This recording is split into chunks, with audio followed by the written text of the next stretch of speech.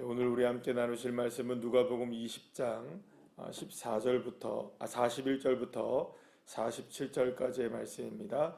누가복음 20장 41절부터 47절까지의 말씀을 함께 합독하시겠습니다. 예수께서 그들에게 이르시되 사람들이 어찌하여 그리스도를 다윗의 자손이라 하느냐. 시편에 다윗이 친히 말하였으되 주께서 내 주께 이르시되 내가 내 원수를 내 발등상으로 삼을 때까지 내 우편에 앉았으리라 하셨도다 하였느니라. 그런즉 다윗이 그리스도를 주라 칭하였으니 어찌 그의 자손이 되겠느냐 하시니라. 모든 백성이 들을 때에 예수께서 그 제자들에게 이르시되 긴 옷을 입고 다니는 것을 원하며 시장에 문안받는 것과 회당의 높은 자리와 잔치의 윗자리를 좋아하는 서기관들을 삼가라. 그들은 과부의 가산을 삼키며 외식으로 길게 기도하니 그들이 더 엄중한 심판을 받으리라 하시니라. 아멘. 할렐루야.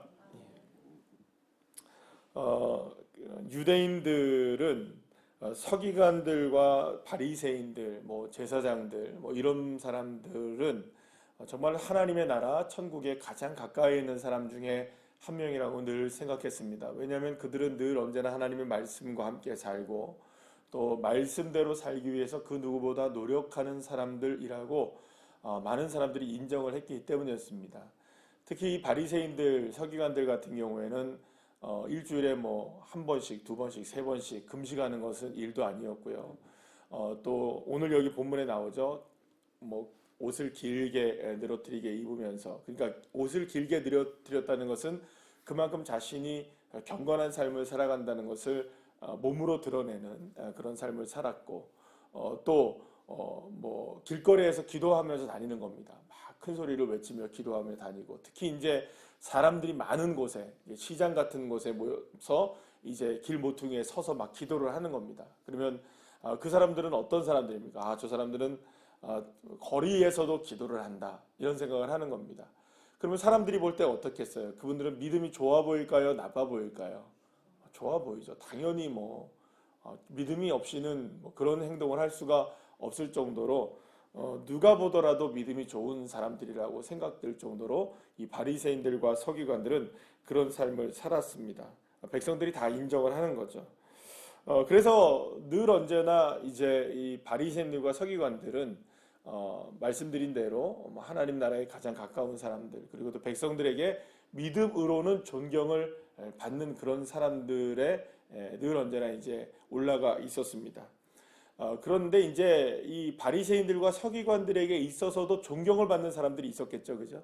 어떤 사람들을 존경했을까요? 이분들은 성경의 인물들을 늘 언제나 존경을 했을 거예요.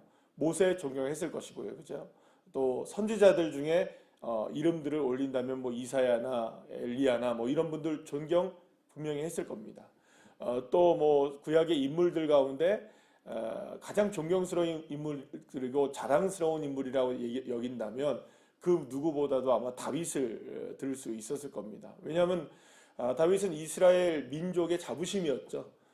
왕국을 통일시켰고 또 가나안을 가나안 땅, 모든 가나안 지역 자체를 호령했던 사람이 이 다윗이었기 때문입니다. 솔로몬도 마찬가지였지만 사실은 이 다윗은 대단한 인물이죠. 그래서 당시에도 예수님 당대에도 이 다윗이라는 사람은 나름대로 굉장히 큰 존경을 받았던 인물 중에 한 사람이었습니다. 특히 이스라엘 백성들이 다윗을 존경했던 건 뭐냐면 다윗의 후손 가운데 누가 나오는 겁니까? 메시아가 나올 것이라는 것이 예언되어져 있었죠. 그러니까 메시아의 후손이 메시아가 그러니까 다윗의 후손으로서 메시아가 나온다는 것은 그만큼 다윗이 무엇을 받는다는 겁니까? 존경을 받는다는 의미가 있었어요. 그래서 이제 당시에 지금 말씀드린 바리새인들과 서기관들도 당연히 누구를 존경했을까요? 이 다윗이라는 인물을 좋아했고 존경했고 또 나름대로 대단한 인물이라고 여겼다는 것입니다. 자, 그런데 이제 예수님이 무슨 얘기를 하시냐면 이 다윗이 그리스도를 향하여서 주시라고 고백한 장면이 있다는 거예요. 그러면 다윗이 그리스도를, 그러니까 이후에 자신의 후손으로 나올 메시아에 대하여서 이야기를 하게 되는데, 다시 말씀드리겠습니다. 다윗이 메시아에 대해서 이야기하는데 그 메시아는 누구의 후손입니까? 다윗의 후손이란 말이에요. 그러면 다윗의 후손을 향하여서 다윗이 뭐라고 부릅니까? 주님이라고 불렀다는 거예요.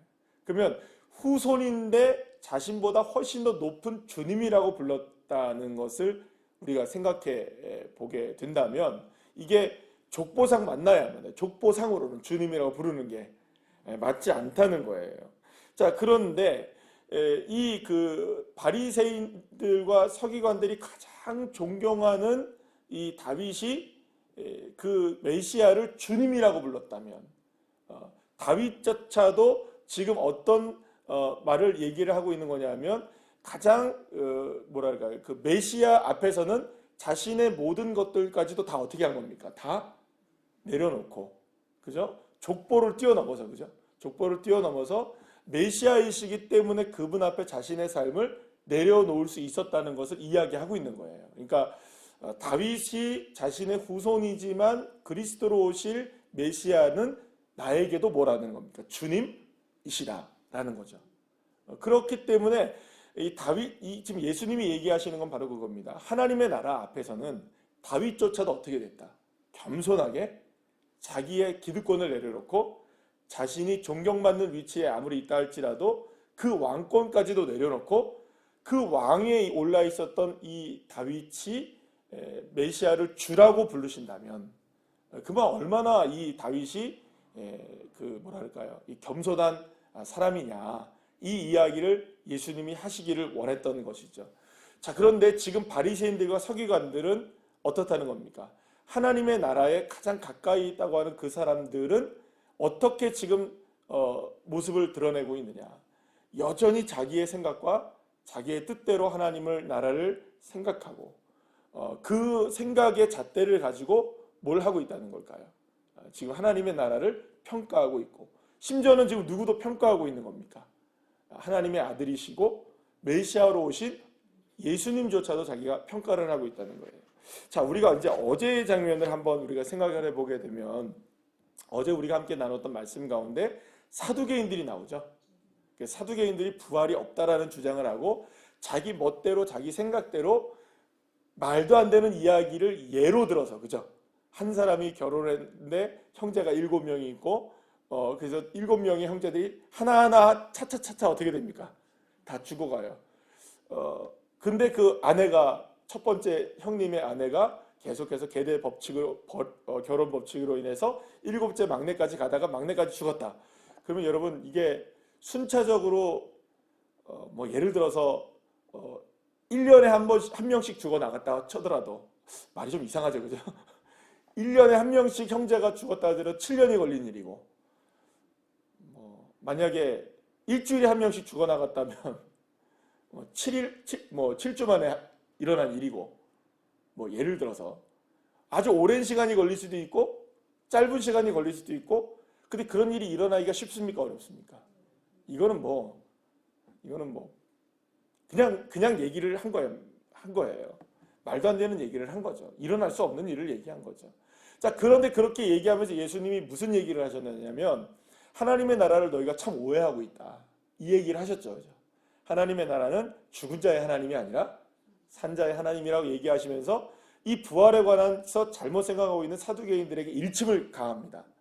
자, 그때 맨 마지막에 뭐라고 얘기를 하냐면 서기관들이 옳습니다. 가르침 대단하십니다. 막 이런 얘기를 했어요. 그러면 어제 제가 말씀드린 것 중에 하나 이런 얘기를 드렸거든요. 이 서기관들이 갑자기 예수님 편 든 게 예수님의 말씀이 맞아서라기보다는 사두개인들의 꼴보기 싫은 거죠. 사두개인들이 자꾸 이게 딴질 걸고 이런 것들이 정말 꼴보기 싫고 이런 것들에 대해서 예수님이 그렇게 얘기하니까 거기에는 맞다고 대답을 한 거예요. 그러면 오늘 얘기해서 그런 겁니다. 그러면 니들 생각은 맞느냐 이거예요. 예수님이 너희들이 지금 사두개인들은 다 틀렸다 얘기한 것이 맞다고 얘기한다면 그러면 너희들은 어떠냐? 너희들의 생각은 그러면 괜찮은 것 같느냐? 너희들이 지금 누굴 판단하고 이럴 때가 아니다라는 거죠. 지금 사두개인들 판단했잖아요. 지금 서기관들이 사두개인들을 판단했습니까? 안 했습니까? 했어요.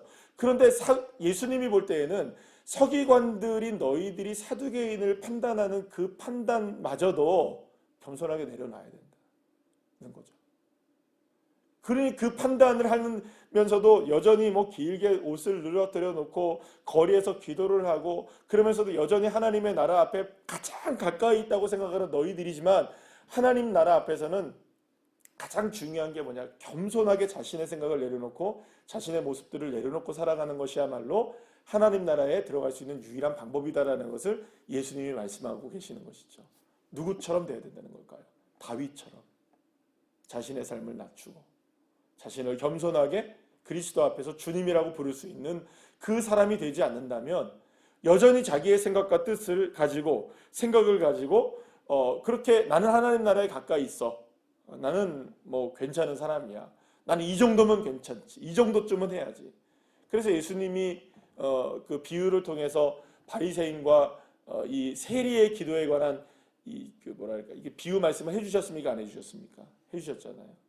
두 사람 다 성전에 들어가서 기도하는데 바리새인은 뭐라고 기도합니까? 하나님, 나는 이런 죄인들과 같이 또 특히 세리와 같지 않음을 감사하나이다. 난 하루에 몇 번씩 기도를 하고 어떻게 해서 난 이렇게 사니까 감사하나이다. 이렇게 기도를 했단 말이에요. 그러면 세리는 어떻게 기도했대요? 얼굴도 감히 들지 못하고 나는 죄인입니다. 라고 기도한 한마디. 누구의 기도를 응답하셨다? 하나님. 세리의 기도를 응답하셨다. 왜 여러분들 세리의 기도를 응답하셨을까요? 세리의 기도가 죄인이라는 고백이었기 때문이기도 하고 스스로가 하나님 앞에 어떻게 하는 겁니까? 고개를 숙이고 하나님 앞에서 자신의 삶을 겸손하게 내려놓고 그러나 바리새인들은 그렇지 않았다는 거죠. 겉으로 보기에는 누가 훨씬 더 가까웠을 거예요? 하나님 나라에. 당연히 바리새인이었겠죠.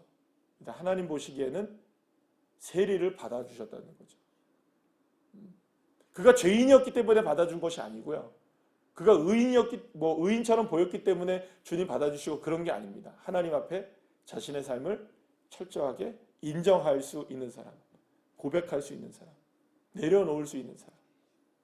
그래서 사실은 많은 사람들이 이거는 고백이 되어지는 겁니다. 그리스도인들 가운데 예수님 믿으면 적어도 그래도 무슨 얘기는 하냐면 내가 예수님의 십자가의 은혜로 구원을 받았다. 여기는 되죠, 그죠? 왜냐하면 이거는 십자가의 은혜로 내가 구원받았으니까 교회를 다니고 또 하나님의 자녀가 됐다라는 믿음으로 이렇게 예수님을 고백하기는 해요. 그러나 그 뒤에 게 잘 안 되는 경우들이 많아요. 뭐가 안 되는 겁니까? 그러니 이제는 내가 사는 게 아니라 내 안에 주님이 사신다는 것. 근데 그 주님이 사시려면 뭘 버려야 됩니까? 결국에는 나를 버려야 되는데 여전히 누가 사는 걸까요? 주님 안에서 죽었지만 여전히 내 안에 내가 사는 것이죠. 그러니까 늘 언제나 내가 살아있고 주님은 언제나 내 안에 계시지만 무엇이 되어 있는 걸까요? 손님이 되어져 있어서 주님이 정말 주인이 되지 못하시는. 그러니까 늘 언제나 우리는 그 싸움을 싸우고 있는 겁니다. 늘 싸우고 있는 거예요. 어제도 우리는 아마 그 싸움을 싸웠을 것이에요. 여러분들의 삶 속에서는 어떠셨습니까? 하루 24시간 동안 정말 주님이 나의 주님이 되어주셨습니까? 주님은 나의 정말 주님이십니다. 이렇게 고백되어지며 사셨습니까? 그러지 않은 순간들이 우리에게 분명히 있었다고요. 내 성질이 나오기 때가 있었을 것이고 내 생각이 앞설 때가 있었을 것이고 그러나 아차 싶어서 생각해보니 누가 주인인 겁니까? 내가 주인이고 주님은 여전히 나는 죽었습니다라고 얘기하는 그 자리에 여전히 주님이 손님으로 와 계신. 그러니까 결국에는 우리도 어떤 삶을 살아가는 것과 똑같은 인생인가요? 바리새인과 똑같고 서기관과 똑같은 겁니다. 그러니까 천국문에 우리도 늘 언제나 가까이 있다고 생각하고 하나님의 나라를 살아간다고 생각하면서도 이렇게 살아가는 겁니다. 그럼 여러분 우리는 왜 이렇게 살아갈까요? 계속. 왜 이렇게 살아갈 수밖에 없을까요? 그럼 도대체 우리는 하나님의 나라를 정말로 살아가고 있는 게 맞긴 한가? 때로는 그런 생각이 들기도 합니다. 정말 난 예수를 믿기나 하는 것인가? 정말 내가 하나님의 나라를 살아가고 있는 것이 맞는가? 하나님 나라를 안 살아가고 있는 게 아닌가 혹시? 바로 여기에서 우리는 늘 언제나 영적인 싸움을 해야 되는 겁니다. 여기에서 우리는 늘 언제나 무엇을 선택해야 될까요? 늘 주님의 나의 삶에서 주권을 주님 앞에 내어놓고 늘 언제나 고백을 하고 늘 언제나 다시금 주님 앞에 내 왕권을 이양해 드리고 나의 삶의 주권이 주님께 있습니다. 겸손하게 고백을 하고, 그러니까 우리에게 있어서 가장 중요한 고백은 뭘까요? 어떻게 보면 이런 것이죠. 우리는 늘 언제나 기도하고 주님의 말씀을 읽고 살아갑니다. 그죠? 그렇죠. 그죠? 그런데 어떻게 보면 이렇습니다. 뭐 기도하지 말라는 소리가 아니고 말씀 읽지 말라는 소리를 아닙니다. 이렇게 얘기하면 꼭 또 극단적으로 늘 언제나 생각하시는 분들이 계셔서 말씀 읽고 기도하는 것 이거 하지 말라는 소리가 아니고요. 이거 반드시 해야죠. 이거보다 더 중요한 게 있습니다. 사실 뭐가 더 중요할까요? 가장 더 중요한 거. 결국에는 삶에서 예수 그리스도를 나의 주인으로 정말로 고백하며 인정하는 게 훨씬 더 중요한 겁니다. 네. 이게 훨씬 더 중요한 거죠. 그러니까 기도가 안 중요하다는 말도 아니고 기도를 하지 말라는 것도 아니고 그러면 목사님 그 기도가 별로 안 중요하다는 얘기 저 이런 얘기 아닙니다. 뭐 말씀이 있는 거 중요하지 않다는 이거 아니에요 여러분들. 그런 얘기가 아니고 기도도 주님을 주권을 인정하고 기도하시고 말씀도 주님의 주권을 인정하며 읽고 누군가에게 선행을 베풀어도 주님의 주권을 인정하며 하고 누가 하시는 일일까요? 그러니까 주님이 하시는 일이십니다. 주님이 하시는 역사이십니다. 그래서 늘 언제나 우리의 삶 속에서 무엇을 인정하며 살아가는 걸까요? 지금 뭐가 안 된 걸까요? 이 서기관들과 바리새인들의 그 문제점은 뭘까요, 여러분들? 무엇이 안 됐던 겁니까? 지금 다윗의 이야기를 왜 했던 것일까요, 여러분들? 다윗의 얘기를 한 것이 바로 여기에 의미가 있는 거예요. 정말 주님을 그리스도를 무엇으로 인정을 하지 않는 겁니까? 주님을 인정하지 않는 거죠. 그러면 그건 누가 제일 잘 알까요, 여러분들? 내 자신이 잘 알고 그 안에 계신 주님이 아시는 거예요. 내 안에 다른 사람을 몰라요, 여러분들. 다른 사람은 모르죠. 여러분들, 자, 늘 말씀 한 번씩 드리죠.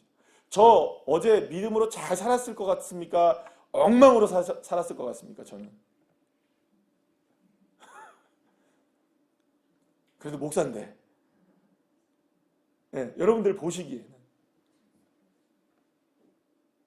여러분들은 잘 산 것처럼 보일지도 모르겠지만 주님과 저와의 관계 속에서는 알죠. 맞지 않을까요, 여러분들?